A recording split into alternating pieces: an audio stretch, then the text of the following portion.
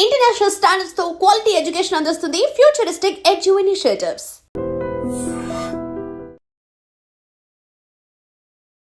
Hi hello నమస్తే, welcome back to iDream Media. ఈరోజు మనతో ఉన్నారు 30 ఇయర్స్గా లా ప్రాక్టీస్ చేస్తూ ముఖ్యంగా ఇమ్మిగ్రేషన్ మనకి లాయర్గా ఉన్న రాహుల్ రెడ్డి గారు మనతో ఉన్నారు. ఈ స్టూడెంట్ వీసాకు సంబంధించి ఓపీటీ అండ్ స్టెమ్ ఎక్స్టెన్షన్ గురించి ఈరోజు ఎపిసోడ్లో మాట్లాడబోతున్నారు. మీకు ఏ డౌట్స్ ఉన్నా సరే కామెంట్ సెక్షన్లో మెన్షన్ చేయండి. దానిపై మరిన్ని సిరీస్ ఎపిసోడ్స్ రానున్నాయి. Hi sir. నమస్కారం అండి, బాగున్నారా? బాగున్నాను sir, how are you? Good good. Sir, ముఖ్యంగా స్టూడెంట్ వీసా మీద ఎవరైతే వెళ్తూ ఉంటారో వాళ్ళు ఇనిషియల్ పీరియడ్లో వాళ్ళకి ఓపీటీ మీద ఇచ్చే ఈ టైం పీరియడ్ అనేది ఏ విధంగా ఉంటుందంటారు? లేటెస్ట్గా దాని మీద ఎటువంటి అప్డేట్స్ రానున్నాయంటారు?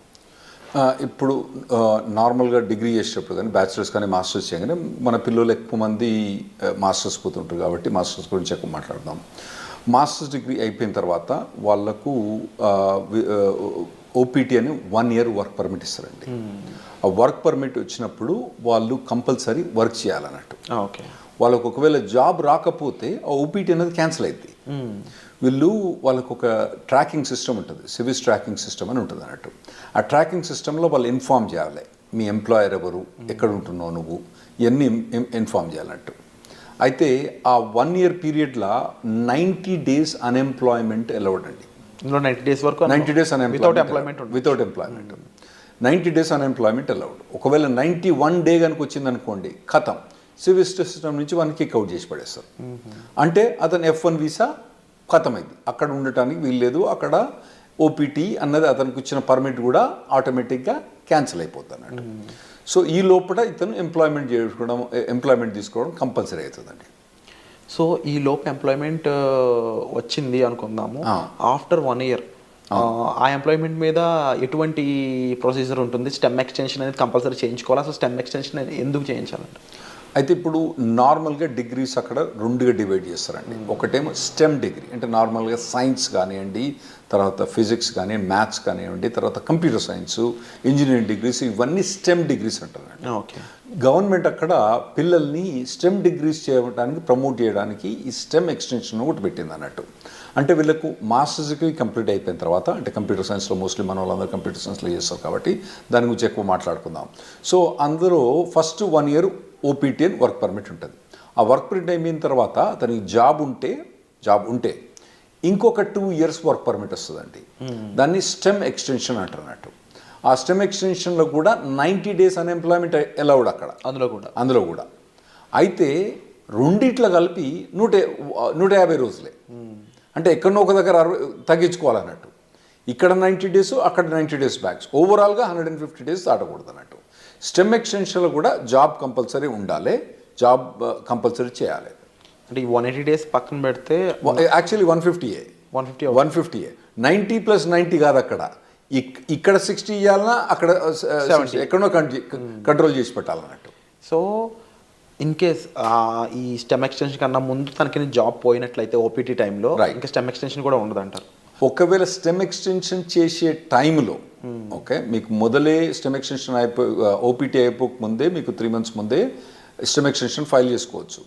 ఒకవేళ స్టెమ్ ఎక్స్టెన్షన్ ఫైల్ చేసుకునే తప్పుడు ఒకవేళ జాబ్ లేదనుకోండి, ఇక మనని గోవిందా, అతనికి మాత్రం ఆ స్టెమ్ ఎక్స్టెన్షన్ రాదు. కంపల్సరీ అప్పుడు జాబ్ ఉండాలి. సో కంపల్సరీ ఓపీటీ టైంలో జాబ్ ఉండాలి అండ్ అది ఎక్స్టెన్షన్ టైంలో కంపల్సరీ జాబ్ ఉండాలి. ఓపీటీ మొదలైనప్పుడు ఉండనక్కర్లేదు, ఓపీటీ ఎండ్ అయ్యేటప్పుడు మాత్రం కంపల్సరీ ఉండాలి, లేకపోతే మనోడు గోవిందా అవుతాడు, స్టెమ్ ఎక్స్టెన్షన్ రాదు. సో ఓవరాల్గా how long they can stay? 3 years time duration proper stay చేయొచ్చు? అవునండి, 3 years. అంటే 2 years ఏమో వీళ్ళు మాస్టర్స్ చేస్తారు. టిపికల్గా 1.5 year.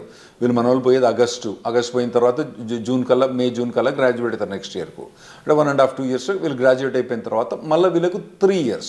ఫస్ట్ ఓపీటీ 1 year, తర్వాత స్టెమ్ ఎక్స్టెన్షన్ 2 years. ఈ 3 years పర్మిట్ ఉంటుంది, వర్క్ పర్మిట్. ఈ లోపల కనుక మనోడు లాటరీ, H1B లాటరీ మీకు తెలుసు కదా, మార్చ్లో 80,000 members H1B లాటరీ చేస్తారు కదా. అప్పుడు చేసినప్పుడు ఇతను ఎంప్లాయర్ H1B లాటరీ చేస్తే H1B వచ్చేస్తేనేమో ఖతం అన్నట్టు. ఓపీటీ స్టెమ్ ఎక్స్టెన్షన్ ఈ అబ్బాయికి అవసరం లేదు, H1B మూవ్ అవుతాడు అన్నట్టు. ఒకవేళ అప్పుడు కూడా రాకపోతే ఇక మళ్ళా వేరే వీసా పోవడం కానీ లేదంటే వెనకకు రావడం కానీ అవసరం పడుతుందండి వీళ్ళకు. ఈ ఓపీటీ స్టెమ్ ఓపీటీ రెండు సిమిలర్ అనిపిస్తుంది సార్, డిఫరెన్సెస్ ఏం లేవా ఈ రెండిట్లో? చాలా డిఫరెన్స్ ఉందండి. ఓపీటీ స్టెమ్ ఎక్స్టెన్షన్ చాలా డిఫరెన్స్ ఉంది. ఓపీటీ పీరియడ్లో వాలంటరీ ఎంప్లాయ్మెంట్ అలౌడ్, అంటే internship, unpaid internship allowed. Okay.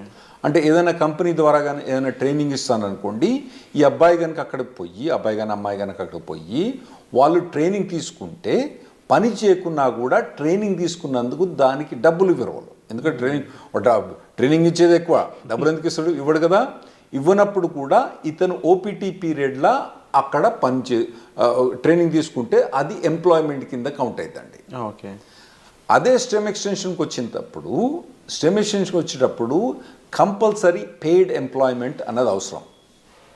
OPT పీరియడ్లో ఏమో voluntary or paid unpaid internship allowed, paid allowed, unpaid allowed. కానీ స్టెమ్ ఎక్స్టెన్షన్కి వచ్చేటప్పుడు కంపల్సరీ పెయిడ్ అలౌడ్ అన్నట్టు, కంపల్సరీ పెయిడ్ ఉండాలి. పెయిడ్ లేకపోతే మనోడు బయటపడాల్సి వస్తుంది అన్నట్టు. ఈ అన్ఎంప్లాయ్మెంట్ రూల్ అనేది ఎలా వర్కౌట్ అవుతుంది ఓపీటీలో కానీ స్టెమ్ ఓపీటీలో కానీ? రైట్. ఇప్పుడు ఓపీటీ ఉన్నప్పుడు నేను చెప్పాను కదండి 90 days. ఓకే, 90 daysలో అంటే ఇతను కనుక ఒక 30 days కనుక సేవ్ చేసుకుంటే మళ్ళీ నెక్స్ట్లో కూడా 90 వాడుకోవచ్చు. అంటే ఇక్కడ 60 వాడుకొని మళ్ళీ నెక్స్ట్ 90 వాడుకుంటే బెటర్. ఓకే, కానీ ఇతనికి 90 days దాకా పర్మిట్ ఉంటుంది అన్నట్టు. సో నార్మల్గా వీళ్ళకి ఇంటర్న్షిప్స్ వస్తాయండి బాగానే. లేకపోయినా కానీ మన చాలా కన్సల్టింగ్ కంపెనీస్ ఏం చేస్తారంటే వీళ్ళని ట్రైనింగ్లో పెడతారు బాగా. అంటే పర్టికులర్గా ఏదైనా పర్టికులర్ టెక్నాలజీ ఉందనుకోండి, ఇప్పుడు ఏఐ అనేది బాగా హాట్ టెక్నాలజీ. ఈ పొరగాళ్ళు ఏం చేస్తారు, ఈ పొరగాళ్ళని తీసుకొని మొత్తం అందరినీ మంచిగా ఒక ట్రైనింగ్ ఇప్పించేసి వాళ్ళకి బాగా పర్టికులర్ దాని మీద ట్రైనింగ్ ఇచ్చి ప్లేస్ చేస్తారు. అంటే ఎంప్లాయర్ కూడా లాభం ఉంటుంది, ఎందుకంటే వీళ్ళు ప్లేస్ చేసినప్పుడు వాళ్ళకి వచ్చే డబ్బులలో వాళ్ళ కమిషన్ ఉంటుంది కదా, అది బాగానే వాళ్ళకు ఉంటుంది కాబట్టి అట్లా చాలా. సో ఓపీటీ పీరియడ్ అన్నప్పుడు నార్మల్గా అయితే మన వాళ్ళు ఎవరికి కూడా ఇబ్బంది ఉండకూడదండి. ట్రైనింగ్ బాగానే ఇస్తారు, ట్రైనింగ్ బాగానే ఇచ్చే కంపెనీలు ఉన్నాయి, వీళ్ళు తీసుకునే కంపెనీ. స్టెమ్ ఎక్స్టెన్షన్కి వచ్చేటప్పుడు మాత్రం ఇబ్బంది అయింది. ఎందుకంటే స్టెమ్ ఎక్స్టెన్షన్ మీద ఉన్నప్పుడు పేమెంట్ అన్నది, పెయిడ్ జాబ్ అన్నది ఉండాలి కదా. అప్పుడు పెయిడ్ జాబ్ ఇంకా లేకపోతే మాత్రం మన వాళ్ళకి ఇబ్బంది అవుతుందండి అప్పుడు. సో ఓపీటీలో టైంలో అన్ఎంప్లాయ్మెంట్ అనేది ఉండకూడదు, అట్లీస్ట్ ఇంటర్న్గానే పనిచేసి ఉండాలి. రైట్. లేకపోతే కంపల్సరీ వెనక్కి రావాల్సిందే తప్ప. రైట్, కంపల్సరీ వెనక్కి రావాల్సిందే. సో ఈ టైంలో అంటే స్టెమ్లో కానీ ఓపీటీ టైంలో కానీ జాబ్ లేకుండా ఉన్న పర్సన్ లీగల్గా స్టే చేయడానికి ఏమైనా ఆప్షన్స్ ఉన్నాయి? అంటే నేను చెప్పినా కదండి, మొత్తం టోటల్గా 150 days అలౌడ్. ఫస్ట్ దాంట్లో 90 చేస్తే నెక్స్ట్ 60, ఫస్ట్ దాంట్లో 60 చేస్తే నెక్స్ట్ 90. ఏ దాంట్లో కూడా 90 కన్నా ఎక్కువ చేయరాదు అన్నట్టు. అంత మటుకు అన్ఎంప్లాయ్మెంట్ అలౌడ్. ఫస్ట్ ఓపీటీ పీరియడ్లో మీకు stem voluntary unpaid internship allowed, stem extension allowed కాదు. సో మీరు అన్నది కరెక్ట్. ఒకవేళ కనుక ఆ 150 days కూడా క్రాస్ అయితే అతను లీగల్ స్టేటస్ పోద్ది. ఇవన్నీ ఇన్ఫర్మేషన్ ట్రాకింగ్ ఎక్కడ ఉంటుంది అంటే సివిల్ సిస్టంలో ట్రాకింగ్ ఉంటుంది అన్నట్టు. వాళ్ళు ట్రాక్ చేస్తూ ఉంటారు అన్నట్టు. ఇవన్నీ వీళ్ళు చెప్పాలి, పిల్లలు పోయి వాలంటీర్గా నాకు జాబ్ పోయింది పోలేదని. అందులో కూడా ఇన్వెస్టిగేషన్స్ అవుతా ఉంటాయి అప్పుడప్పుడు. ఒకవేళ మనోడు జాబ్ చేస్తాడనుకోండి, జాబ్ పోయిందనుకోండి, వీడు చెప్పలేదనుకోండి, దెన్ అతనికి ప్రాబ్లం రావచ్చు. ఇంకోటి ఏంటంటే కంపెనీ కూడా ఇన్ఫార్మ్ చేస్తుంది కాలేజ్కి, అరే నాయన మా దగ్గర పనిచేస్తాడు కానీ ఇప్పుడు వీడు మా దగ్గర లేడు అని చెప్పి వాళ్ళు కంపెనీకి ఇన్ఫార్మ్ చేస్తారు, మన యూనివర్సిటీకి ఇన్ఫార్మ్ చేస్తే వీళ్ళని టర్మినేట్ అయిపోతారు అన్నట్టు. సో ఆ పీరియడ్లో ఎంప్లాయ్మెంట్ అనేది చాలా అవసరం అండి. అయితే ఈ స్టెమ్ ఎక్స్టెన్షన్లో 40 hours జాబ్ అవసరం లేదు, 25-30 hours జాబ్ కూడా చేసుకోవచ్చు. ఒకవేళ కనుక అతనికి తక్కువ జాబ్ ఏదైనా దొరికింది అనుకోండి, తక్కువ టైంలో దొరికింది అనుకోండి, స్టెమ్ ఎక్స్టెన్షన్లో ఆ 25 hours 30 hours కూడా చేసుకోవచ్చు అన్నట్టు. ఇది స్టెమ్ ఎక్స్టెన్షన్ ఫస్ట్ 1 year కాదు, తర్వాత నెక్స్ట్ 2 yearsలో. ఓపీటీలో ఇన్ కేస్ ఈ ఫ్రీ జాబే ఉంది ఇంకా, అవును, నెక్స్ట్ స్టెమ్ ఎక్స్టెన్షన్ ముందు కూడా ఫ్రీ జాబే ఉంది అంటే ఓపీటీ నుంచి స్టెమ్ ఎక్స్టెన్షన్ పోయేటప్పుడు ఆ స్టెమ్ ఎక్స్టెన్షన్ జాబ్ అనేది కంపల్సరీ పెయిడ్ జాబ్ ఉండాలి, లేకపోతే యుఎస్సిఐఎస్ పర్మిషన్ ఇవ్వదు, స్టెమ్ ఎక్స్టెన్షన్ ఇవ్వదు. సో లీగల్గా వీళ్ళు ఎలాంటి అప్లై చేయొచ్చు? ఫర్ ఎగ్జాంపుల్ అప్పటికి జాబ్ ఫైండ్ అవుట్ చేయకపోతే లీగల్గా ఇంకేం చేయలేరు అంటారా? అవునండి. స్టెమ్ ఎక్స్టెన్షన్ అప్పుడు కనుక ఒకవేళ కనుక ఫస్ట్ 1 yearలోనేమో వీళ్ళకి ఇంటర్న్షిప్ జాబ్స్ ట్రైనింగ్స్ బాగానే ఉంటుంది. ఆ తర్వాత కనుక వీళ్ళకు ఒకవేళ కనుక పెయిడ్ జాబ్స్ కనుక దొరకకపోతే ఖతం. సో వీసా చేంజ్ అవ్వడం లాంటి ప్రొసీజర్ ఏమైనా ఫాలో అవ్వచ్చు? అవునండి. అప్పుడు వాళ్ళు B2కు చేంజ్ ఆఫ్ స్టేటస్ ఫాలో కావచ్చు, లేదంటే మళ్ళీ కాలేజ్ పోయి ఇంకో మాస్టర్స్ డిగ్రీ చేయొచ్చు, మళ్ళీ లేదంటే డాక్టరేట్ డిగ్రీ చేయొచ్చు, లేదంటే వాళ్ళకు ఒకవేళ H4 ఆప్షన్ ఉంటే H4 చేయొచ్చు, లేదా ఇండియాకి రావాలన్నా ఇండియాకి రావచ్చు, లేదా కెనడాకి పోవన్నా కెనడాకి పోవచ్చు. సో అప్పుడప్పుడు మన వాళ్ళు జనాలు వచ్చి చెప్తా అంటారు, నేను 2 మాస్టర్స్ డిగ్రీ చేసినా 3 మాస్టర్స్ డిగ్రీ చేసినా అంటారు. వీళ్ళు ఏంది అక్కడ 2 మాస్టర్స్ డిగ్రీ చేసింది ఎందుకు, ఆడ పోయి వాళ్ళు ఏదో మాస్టర్స్ డిగ్రీ ఇంకో మాస్టర్ డిగ్రీ ఉంటే వాల్యుయేషన్ అని కాదు.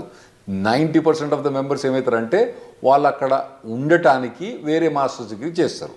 అది ఇంకోటి మీరు అడగొచ్చు ఏంటంటే, మరి ఇంకో మాస్టర్స్ డిగ్రీ చేస్తే మళ్ళీ 3 ఏళ్ళు పర్మిట్ వస్తుందా? గ్రేస్ పీరియడ్స్ ఎలా ఉంటాయి అసలు? ఒక లెవెల్ ఆఫ్ డిగ్రీకి ఒక ఓపీటీ ఒక స్టెమ్ ఎక్స్టెన్షన్, ఇంకో లెవెల్ ఆఫ్ డిగ్రీకి ఒక ఓపీటీ ఒక స్టెమ్ ఎక్స్టెన్షన్. అంటే బ్యాచిలర్స్ డిగ్రీకి ఓపీటీ స్టెమ్ ఎక్స్టెన్షన్ ఉంటుంది, మాస్టర్స్ డిగ్రీకి ఓపీటీ స్టెమ్ ఎక్స్టెన్షన్ ఉంటుంది, మళ్ళీ డాక్టరేట్ డిగ్రీ ఉంటుంది. మనోళ్ళు చాలామంది పోయేది మాస్టర్స్ డిగ్రీకి కాబట్టి వాళ్ళు మాస్టర్స్ డిగ్రీ చేసినప్పుడు ఒక ఓపీటీ ఒకటి స్టెమ్ ఎక్స్టెన్షన్ అంటే 3 ఏళ్ళు వర్క్ పర్మిట్ ఉంటుంది.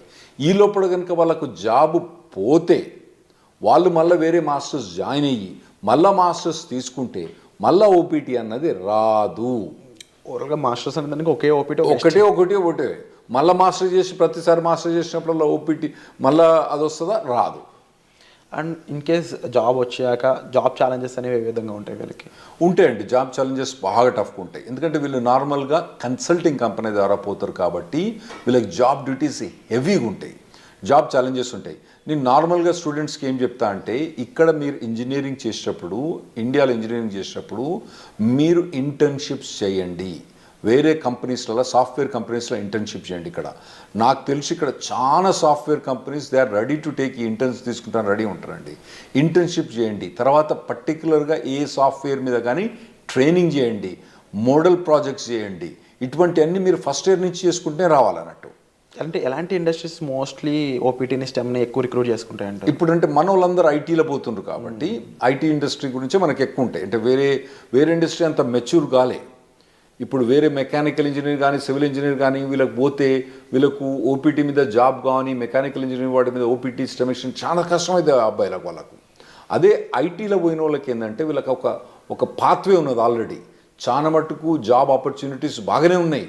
కాకపోతే మన పిల్లలు ఏం చేయాలంటే మొదటి నుంచే వీళ్ళు ట్రైన్ కావాలి. ఏదైనా పర్టికులర్ టెక్నాలజీ ఎంచుకొని వీళ్ళు ఫస్ట్ ఇయర్ బ్యాచిలర్స్ డిగ్రీ కానీ సెకండ్ ఇయర్ బ్యాచిలర్స్ డిగ్రీ కానించి అప్పటి నుంచి ఏదైనా టెక్నాలజీ ఎంచుకొని పోవాలి. తర్వాత ఏంటంటే మధ్యలో టెక్నాలజీ చేంజ్ అయిందనుకోండి, చేంజ్ కావాలి దానికి టెక్నాలజీ. ఎందుకంటే టెక్నాలజీ ఎంత ఫాస్ట్గా చేంజ్ అవుతుందంటే ఆర్టిఫిషియల్ ఇంటెలిజెన్స్ ఏంటంటే 3 ఏళ్ల కింద దాని పేరేం లేదు, నవిడియా పేరేం లేదు. ఇప్పుడు అది number 1 company in the world అయిపోయింది. సో అట్లా టెక్నాలజీస్ అన్ని ఇప్పుడు అందరూ ఎవ్వరు కూడా ఆర్టిఫిషియల్ ఇంటెలిజెన్స్ అంటున్నారు అన్నట్టు. అది కొందరు కొన్ని కంపెనీస్ పనిచేసేవాళ్ళు చెప్తారు, మాకు అసలు ఆర్టిఫిషియల్ ఇంటెలిజెన్స్ అవసరం లేదు, కానీ మా కంపెనీలో ఎందుకు హైర్ చేస్తున్నారో లేదు, వాడు రెజ్యూమ్ మీద ఆర్టిఫిషియల్ ఇంటెలిజెన్స్ బెటర్, వానికి ఒక ఏదైనా కోర్సు కానీ ఏదైనా ఒక 5 months ఎంప్లాయ్మెంట్ కానీ ఇంటర్న్షిప్ కానీ ఉంటే తీసేసుకుంటారు మా దగ్గర అని చెప్తాను వాళ్ళు. సో అటువంటి హాట్ టెక్నాలజీస్ ఉన్న వాళ్ళు వీళ్ళు చూస్ చేసుకోవడం బెటర్.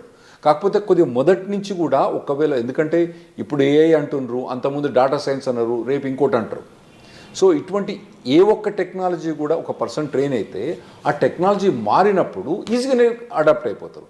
నువ్వు ఉట్టిగానే కూర్చొని 4 ఏళ్ళు ఏం పని చేయకుండా ఆ తర్వాత నువ్వు మాస్టర్స్ డిగ్రీ చేసేటప్పుడు కూడా ఏం ట్రైనింగ్ తీసుకోకుండా చక్కగా నువ్వు పోయి మాస్టర్ డిగ్రీ అయిపోయిన తర్వాత నువ్వు ఓపీటీకి పర్మిషన్ ఇచ్చి ఆడ పోయి జాబ్ ఏమంటే అప్పుడు కష్టమైంది. ఇప్పటి నుంచి మీరు బిల్డప్ చేసుకుంటూ పోవాలన్నట్టు. ఇవి చాలా కాంపిటేటివ్గా ఉంటాయి ఓపీటీ స్టెమ్లో కూడా. అట్ ది సేమ్ టైం మీరు ఈ డౌన్ టర్న్స్ ముఖ్యంగా లే ఆఫ్స్ కానీ అవి ఎంత ఇంపాక్ట్ చేస్తాయంటారు ఓపీటీ వాళ్ళని? బాగుంటాయి, ఓపీటీ మీద ఇంపాక్ట్ బాగుంటుంది. ఫస్ట్ ఒకటి మీరు అర్థం చేసుకోవాలి, శాలరీస్ ఎట్లున్నాయి వీళ్ళవి. యుఎస్ శాలరీస్ 80 లక్షలు 90 లక్షలు ఉన్నది. ఏది ఓపీటీ స్టెమ్ ఎక్స్టెన్షన్ కూడా 80 లక్షలు 90 లక్షల నుంచి మొదలైతే వాళ్ళకి శాలరీస్. సో మనకి ఇక్కడ ఇండియాలో ఏంది, మీరు పెద్ద పెద్ద కంపెనీలు పోయినా అనుకోండి, అది వెరీ సర్ప్రైజ్. గూగుల్ అటువంటి కంపెనీస్లలో, అంటే నేను పర్టికులర్ గూగుల్ అని చెప్పాను, వేరే కంపెనీస్లో శాలరీ చూస్తే వాళ్ళకి ఏంది నెలకు 30,000, నెలకు 25,000, అంటే దాదాపుగా 4 లక్షలు 5 లక్షల ప్యాకేజ్ కూడా మా ఎక్కువ ఇక్కడ. ఏది ఎంట్రీ లెవెల్లకు అక్కడ 80 లక్షల నుంచి 90 లక్షల దాకా ప్యాకేజ్ ఉంది అక్కడ. అయితే అట్లా ప్యాకేజ్ ఉన్నప్పుడు ఇక్కడ వీనికేమో 5 లక్షలు వస్తా అంటే నీకు ఆడేమో 80 లక్షలు ఇస్తాను అంటే నీ పెర్ఫార్మెన్స్ ఎట్లా ఉండాలి? You have to be at least 10 times better than the guy who's working here. నువ్వు ఉన్నావా లేదా 10 times? లేనప్పుడు నువ్వు షార్ప్మెంట్ స్కిల్ చేసుకోవాలి. నువ్వు అట్లా ఆలోచించాలి. ఇక్కడ వచ్చినానికేమో 5 లక్షలు, నీకేమో 80 లక్షలు, అంటే నీది కనీసం 10 రెట్లు ఎక్కువ ఉండాలి నీ పెర్ఫార్మెన్స్.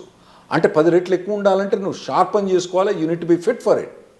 అక్కడ పోయి నేను మాస్టర్స్ అయిపోయిన తర్వాత అప్పుడు నేను నేర్చుకుంటా అంటే ఇప్పుడున్న పరిస్థితిలో మాత్రం నడవదు. 100% కరెక్ట్ సార్, డెఫినెట్లీ మీరు చెప్పిన విషయాలన్నీ కూడా. అండ్ ముఖ్యంగా ఓపీటీ స్టెమ్లో స్టూడెంట్ సిచ్యువేషన్ ఏ విధంగా ఉంటుంది, టైం పీరియడ్ ఎలా ఉంటుంది, గ్రేస్ పీరియడ్స్ అండ్ రాకపోతే ఏంటి పరిస్థితి, ఈ విషయాలన్నీ విన్నారు కదా. అలాగే H1B లాటరీ పరిస్థితుల్లోనూ ఆఫ్టర్ జాబ్ వచ్చాక లైక్లీ ఎఫెక్ట్స్ ఏమేమి ఉంటాయి అనేది వచ్చే ఎపిసోడ్లో చూద్దాం. So stay tune. Thank you so much for information. Thanks.